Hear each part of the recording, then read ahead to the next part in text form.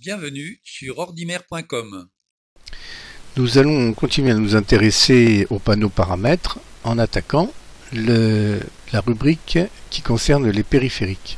Alors, si je clique sur cette rubrique, je m'aperçois que là encore, j'ai un certain nombre de têtes de chapitres, dont le premier s'intéresse aux imprimantes et aux scanners qui sont reliés à votre ordinateur. Alors, vous pouvez constater sur l'écran qu'il y a un certain nombre d'appareils liés, le scanner et l'imprimante. Le reste étant des possibilités qui vous sont données par Windows, comme par exemple cette rubrique qui vous permet non pas d'imprimer directement un document via l'imprimante, mais de télécharger, si je puis dire, ce document sous la forme d'un PDF qui sera utilisable ensuite d'une autre façon.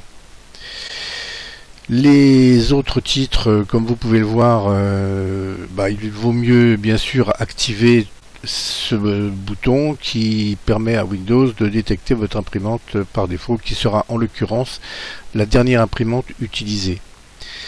Le titre d'après, comme vous pouvez le voir, vous avertit qu'il vaut mieux laisser cette option désactivée, car si vous vous connectez à un point Wi-Fi Internet payant, eh bien vous risquez de vous retrouver avec des frais supplémentaires.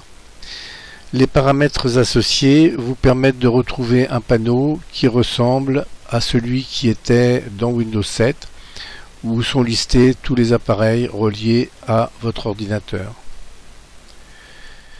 Le dernier titre, comme vous pouvez le voir, c'est le gestionnaire de périphériques, alors là aussi tel qu'il était dans Windows 7.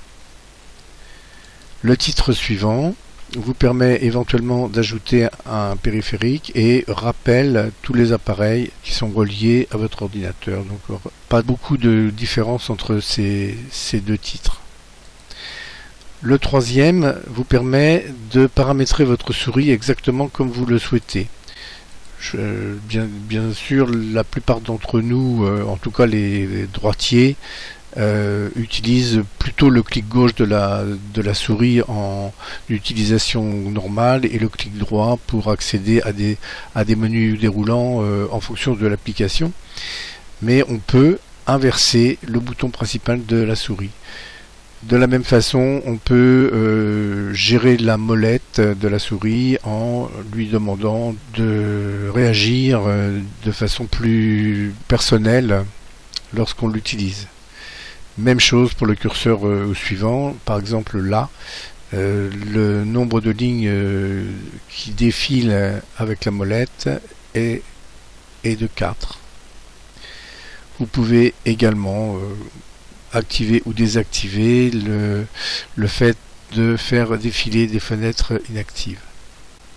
Alors vous avez la possibilité de trouver des options supplémentaires pour votre souris en cliquant sur ce titre. Alors là on retrouve effectivement les options de pointeur telles qu'elles étaient sous Windows 7.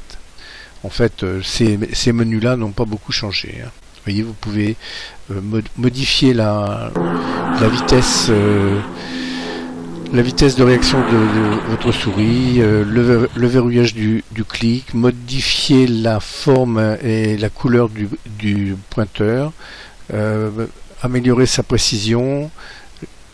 Et là on retrouve les possibilités qui sont données à la molette de décliner un certain nombre de possibilités.